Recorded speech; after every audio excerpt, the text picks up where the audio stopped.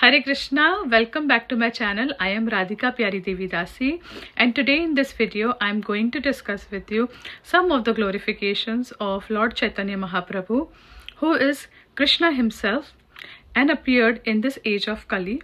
As Gaur Purnima is very close by, I thought it would be very nice to discuss some glorification of Mahaprabhu. I have actually taken the reference from this beautiful book Gauranga, and the narrator of this book is His Holiness Jayapataka Swami Maharaj. So discussing about the Avatara of this age, Lord Sri Hari or Lord Sri Krishna, the Supreme Personality of Godhead himself, appears once in the day of Brahma. Now in the day of Brahma, there are thousands of the 4 Yuga cycles which happens, and in those cycles, only once Lord Sri Krishna as himself appears. In the Kali Yuga, Lord Caitanya Mahāprabhu, who is actually Krishna himself, appears as the most merciful incarnation. And there is a reason for his appearance in the age of Kali Yuga. Now in the age of Satya Yuga, there is a lot of time people have to live, to meditate, to focus on their mind and concentrate. In the Dwapar Yuga and the Treta Yuga, there is still some ways of yagya, there is still some ways of deity worship through which actually they can get liberation over the years, because the duration of life is so long.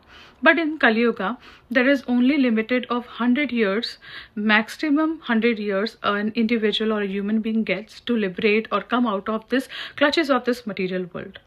So that is one of the reasons why the most merciful incarnation of Mahaprabhu, and why it is the most merciful incarnation, I will be discussing it further.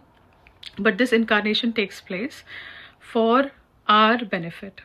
The story goes in such a way that it is the time of Dwapar Yuga, and it is very close to the end of Dwapar Yuga, and Srila Narad Muni, he actually realizes the symptoms of Kali Yuga has started increasing. How people are getting more and more materialistic. Their inclination towards the opposite sex has been increasing. So all these different symptoms which Srila Narad Muni notices, he gets concerned about the jivas or jivatmas like us, or conditioned souls, that what is going to happen and what is the solution for it. He decides to go and see Krishna in Dwarka, and while he is on his way to travel, Krishna in Dwarka is with Satyabhama Devi at that time, one of his queens from Dwarka, and he is with her, and he's just going to go to Rukmini Devi's palace. So when he is on his arrival to Rukmini Devi's palace, she decorates the house, she prepares everything for the Abhishek of his feet, cleans the children, and just makes everything very palatable for Sri Krishna, for him to come there.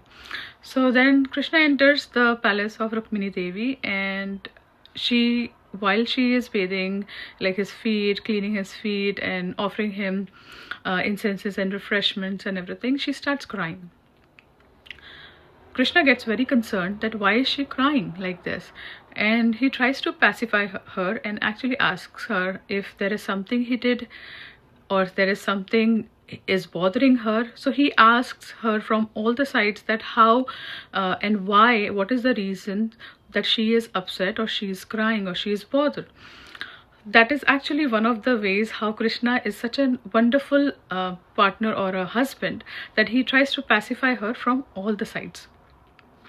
So now Rukmini Devi is like, you know the reason, Krishna, why I am actually crying. And then Krishna is like thinking, even though Krishna knows everything, but he is enacting that pastime and he is being concerned and he is asking.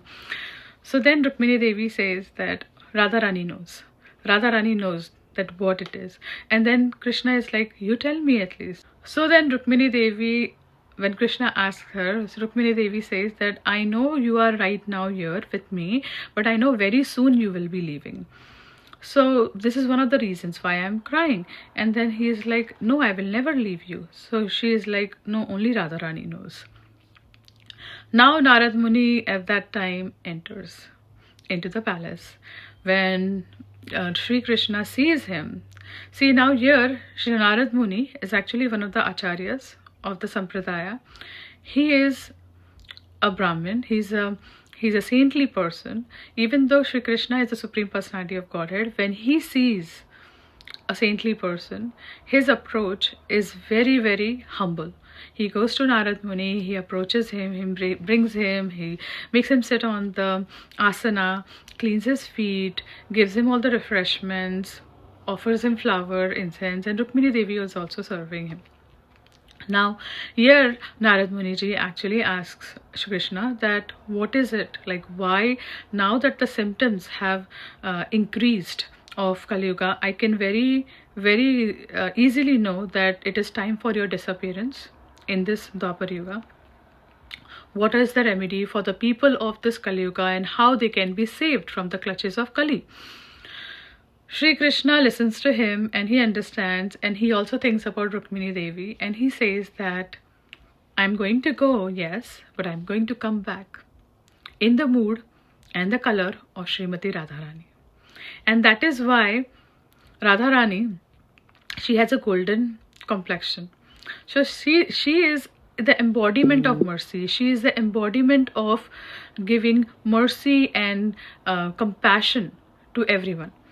So she is actually in that mood of Krishna, where Krishna is explaining that I'm going to come as Radharani, as that mood myself, but in the mood of Radharani. So he says that I'm going to come, so don't worry.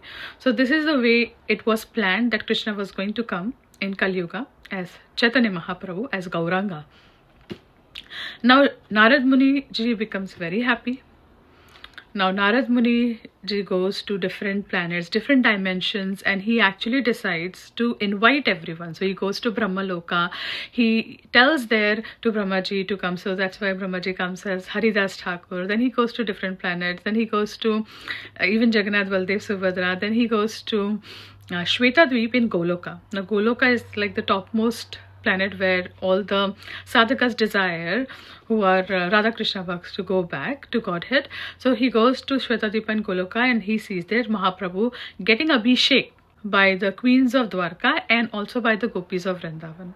Now this is a very inconceivable thing, because the Lord can expand himself in multi-dimensional things and multi-dimensional ways, and he can be present at one time at many places. So this is like a very beautiful way of showing that how Krishna's pastimes and Krishna's ways are so inconceivable. So here where Mahaprabhu is getting Abhishek, he is actually surprised to see Srila Narad Muni, and he asks him the reason of his visit. And at that time Narad Muniji says that you are going to leave as Krishna from Dwapar Yuga. He again tries to confirm it, and he asks him that you are going to leave now as Shri Krishna from Dwapar. So now what are the plans for the deliverance of the jivatmas, or the living entities, or the conditioned souls, like so many in like right now going to be suffering? So Mahaprabhu at that time, Caitanya Mahāprabhu, he actually describes that I am going to come in Kali Yuga and I'm going to appear there. And who all wants to be with me? So he asked the gopis of Vrindavan, he asked the Ranis or the queens of Dwarka, and they all agree to come. And that is why Radharani comes in, of course, in the mood of Caitanya Mahāprabhu, as Caitanya Mahāprabhu, but she also comes as Katadhar Pandit, which is one of the Panchatattvas. So this is the way how it was confirmed that Mahaprabhu was going to come. Now, the reason why Krishna comes as Caitanya Mahāprabhu is because Radharani's mood, like if you will see that Krishna in the Bhagavad Gita, he explains that as being the Supreme Personality of Godhead, he has to be very impartial. He has to be very neutral. And he has to reciprocate to the degree of surrender a living entity does. So because of that particular position, or that particular form of him, that he will reciprocate like as per the surrender, he has to be impartial. But when Krishna comes in the mood of Radharani, who is considered as the most merciful form of Krishna, she just wants to give the mercy, the Harinam, what you call the holy names, and the liberation aspect to the fallen souls. like us.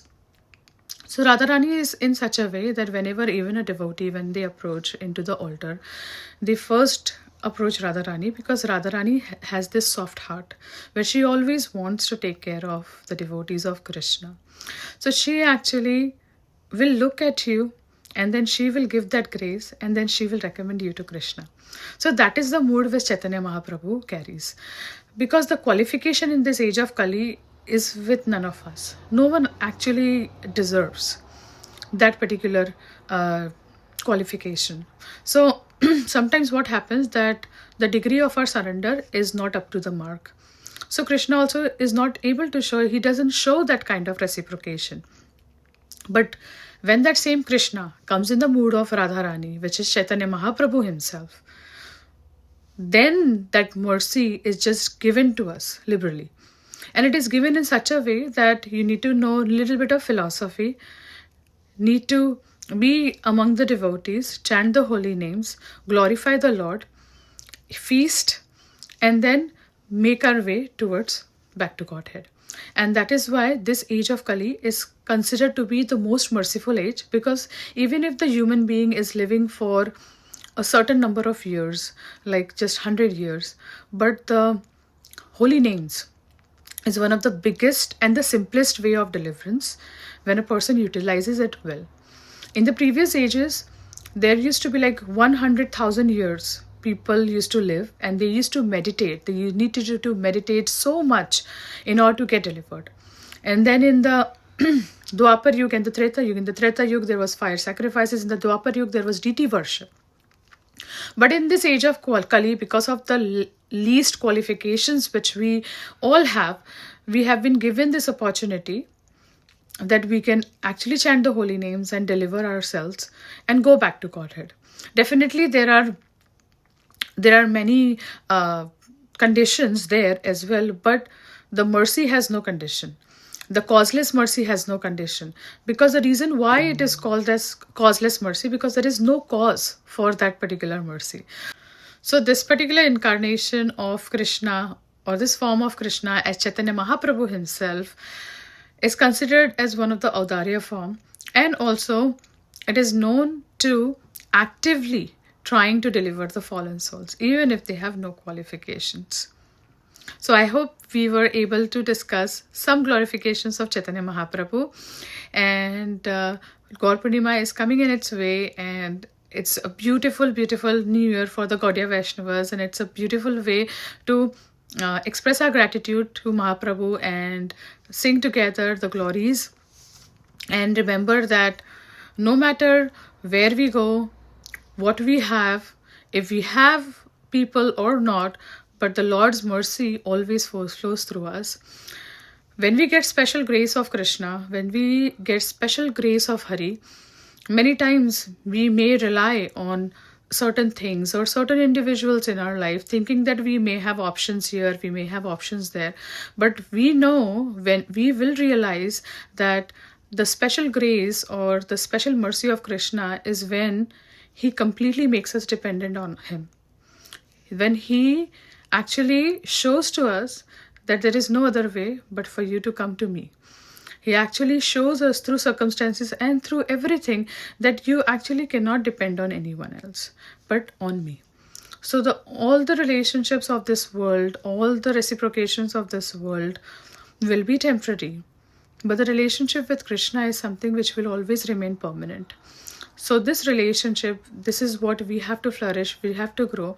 Definitely in our heart, keeping Krishna and treating other individuals by keeping Krishna in the center is the most important aspect of Krishna consciousness. And that is what Mahaprabhu is also teaching us, to give that flow of mercy, give our 100% in giving that flow of mercy with whatever capacity we can.